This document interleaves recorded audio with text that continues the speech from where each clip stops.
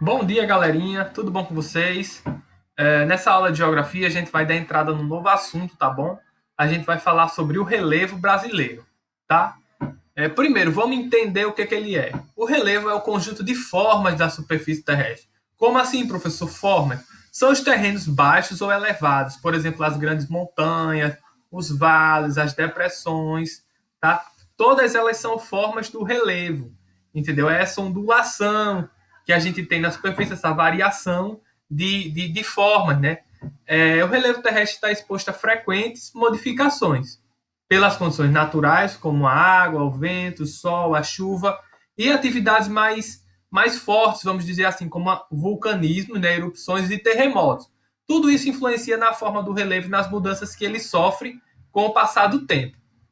Mas vamos lá, quais são as formas mais comuns que a gente encontra? Os planaltos, as depressões, as planícies, as colinas, montanhas, cordilheiras, vales e serras. Tá?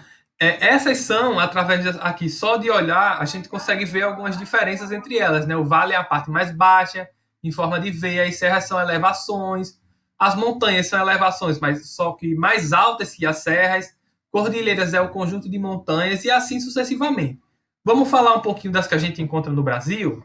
Os planaltos, certo? São superfícies planas ou pouco onduladas que se estendem por terrenos elevados, são áreas planas e bem altas, mais altas do que o terreno que tem à sua volta. As planícies são grandes extensões de terras planas ou que têm poucas ondulações, localizadas em áreas mais baixas. Né? Normalmente as planícies estão associadas a rios, por exemplo. Né? Depressões são áreas mais baixas do que o seu entorno, do que o que tem à sua volta. Por exemplo, aqui, ó, se a gente olhar essa parte mais baixa, seria a depressão. Tá? As chapadas é uma área mais elevada do que o seu entorno, porém com topo plano, certo? E as serras são áreas mais elevadas, porém que possuem ondulações.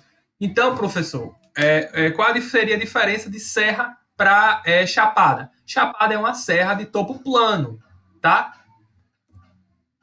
Desse mapa a gente consegue ver, por exemplo, aqui as áreas mais baixas, a planície do Rio Amazonas, né? Aqui, ó, várias áreas mais elevadas, vocês estão percebendo? As áreas mais baixas aqui, ó, na zona costeira. A gente depois vai analisar esse mapa melhor, tá bom?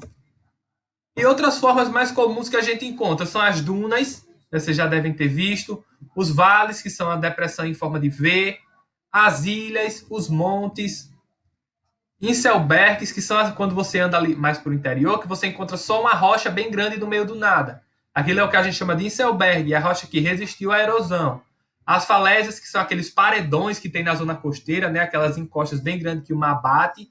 E a que é como se fosse uma ilha, só que tem formação por princípios vulcânicos e que em sua volta foi se desenvolvendo arrecifes de corais. A atividade de vocês, tá? É responder o exercício da página 38 e 39. Um abraço e até a próxima aula.